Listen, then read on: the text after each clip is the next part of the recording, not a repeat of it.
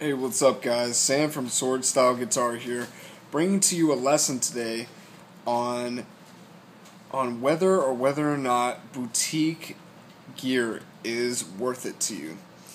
Every guitar player has to come to a realistic conclusion of what they're willing to spend on guitar gear. Too often, people will fall into a trap of spending far too much money on guitar gear that they do not get enough use out of. They may be able to get some personal pleasure out of playing nice gear. However, there are far more effective ways of doing this other than buying into gear acquisition syndrome or gas. The main things that you want to consider are: 1, where are you playing? 2, the type of gigs or venues that you're playing in. 3, the miking situations. 4, whether or not you record. 5, where you do your recording in. Do you do it in a studio? Do you do it at home? Etc., etc. Having been a guy who's played a lot of boutique gear and a lot of vintage gear, being that I live in New York and I'm a bit of a gearhead myself, I seek out really fine boutique amplifiers, effects, and guitars, and I try them all out. And I've had a chance to play through some pretty nice stuff and hear how it sounds recorded. So my analysis of this is that you pretty much have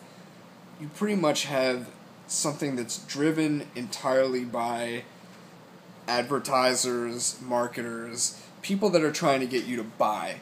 People are trying to get you to engage in some type of consumerism so that you will basically fill a void in your life and feel better about yourself by buying more gear, spending a lot of money.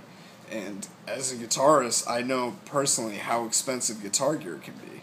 Guitar gear can be literally run you tens of thousands of dollars just for getting set up, comprised of a pedal board, a couple of guitars, and an amp. It can run you way more than that if you spend, if you're really high end. You could get up to, it'd be like $30,000 for that setup.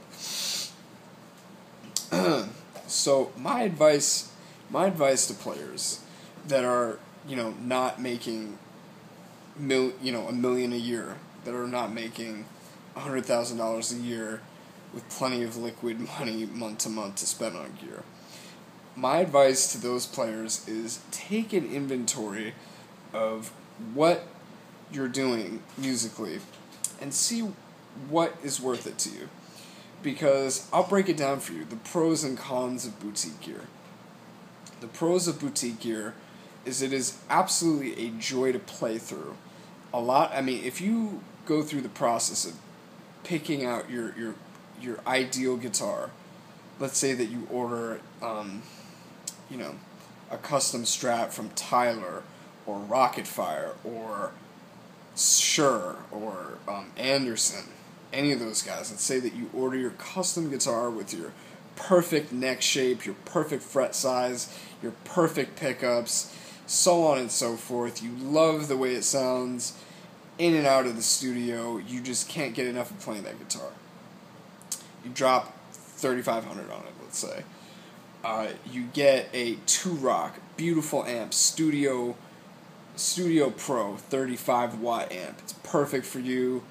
It's loud enough. It's got 6 V6 tubes, your favorite, solid state rectifier, everything that you really desired in an amp. You got the Cornish pedal board, everything, and you're playing it, you love it, you think it's a joy to use, and the sounds are amazing. It's so real and well built. You just love to, click away on those pedals, to play on the guitar, to maintain it. Everything is just a joy. The cons are, obviously, you've made a huge investment of your time and money in this gear. You've bought something that you feel will be very valuable to you. Unfortunately, when you bring it out to a gig, other people do know how much it's worth, and it can be stolen And if it is stolen, you're really up shit's creek, because you've invested a ton of money and you've just lost a custom valuable instrument to you. So a lot of guys don't even bring their boutique stuff to gig. I mean, most gigs that you're gonna be playing outside nowadays are not gigs that require such high-end gear. I mean, realistically, even the touring pros, I mean, a lot of these guys, you know, unless you're like Pete Thorne, who's an amazing guitar player, but he's a gear aficionado. He brings his own gear, you know, he's very, very particular about everything.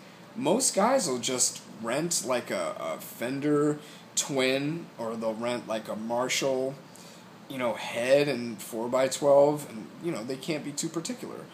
You know, even the best players do that. I mean, I don't want to speak for all of them, but I remember hearing Mike Landau has done that, Scott Henderson, Jeff Beck. I mean, they can pretty much get a good enough sound out of just about anything.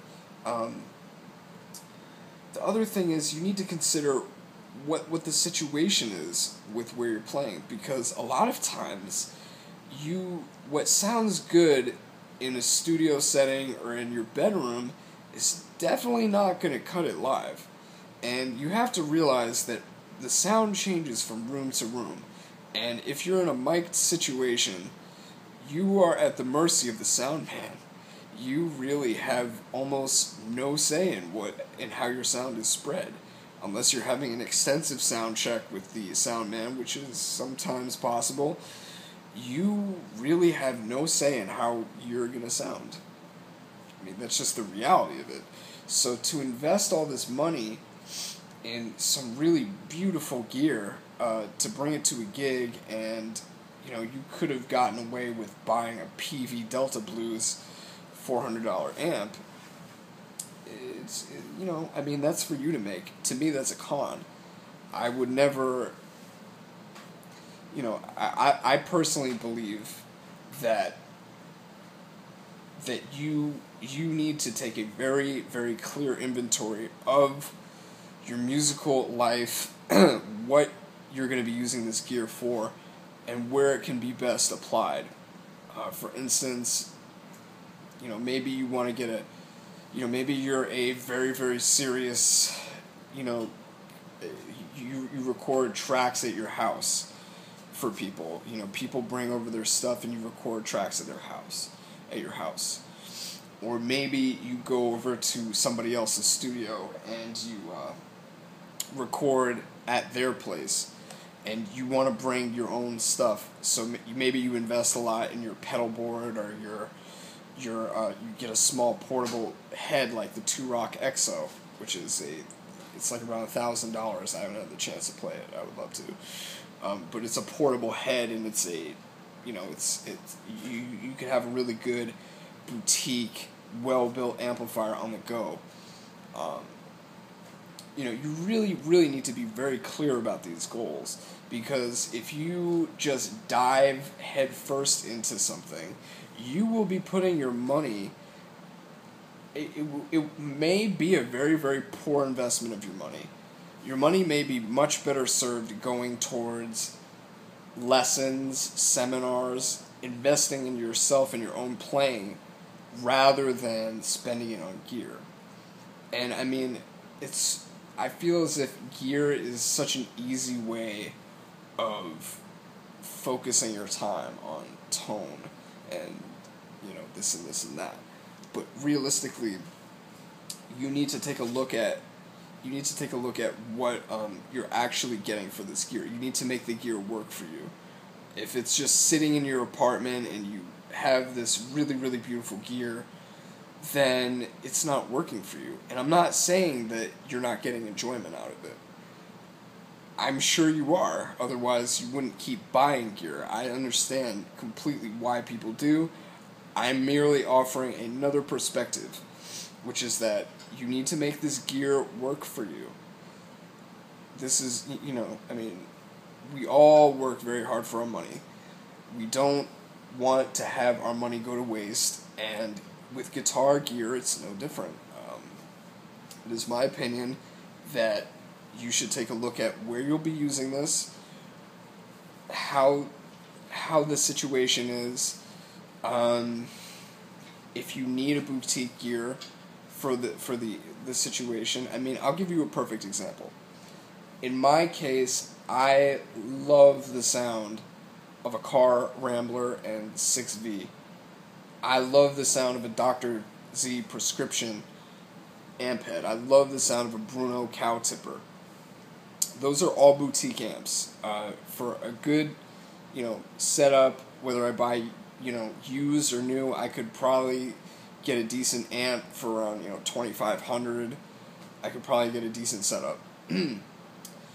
But for all intents and purposes, I do not have the money, nor do I have I feel like it would be such a waste to have it in a situation where most of my live gigs are done in places that are unmiked with, varying level of acoustic quality in the room. It can range from very, very poor to, pretty good. I mean, nothing exceptional, but pretty good. So, to me, it's not worth it.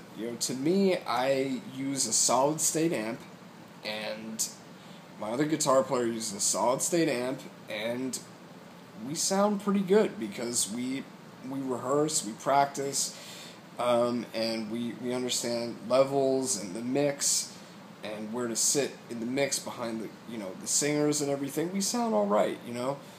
Most of the people in the audience wouldn't really give a rat's ass whether I was playing, a DePergo $7,000 Strat and a matchless into, a 4x12 of Celestian Blues. I mean, it may sound great, but it doesn't mean that it's actually gonna sound great live. So again, this is not. I'm not beating anybody down for loving gear, because I appreciate things that are really well made too, and I appreciate the love of searching for different timbre of sound, quality of sound, the funness of playing your instrument. I'm all about that. But again, for what it's worth, your mileage may vary. This is my opinion. Your gear should work for you. You should not be working to get more gear, to gear acquisition syndrome. You should not be buying into that. You should be thinking about, where I can better put my money. Maybe you could start a studio. Maybe you could go write some songs and take it to a professional studio. Maybe you could get some new lessons from a different teacher. Maybe you could go attend a seminar. Maybe you could... there's tons of ways that you could go spend your money other than fruitlessly putting it into gear. So with that, guys, this is, again, just a very brief primer. I'll probably have a new opinion and new tools and new thoughts to give to you in the future. But for now, this is what I'm giving to you. And, if you're wondering why my eyes look like this, it's because I got done with sparring, not because I'm stoned. So anyway, always a pleasure, guys. I hope you've enjoyed the video, and I'm going to get some shut-eye. Have a good night.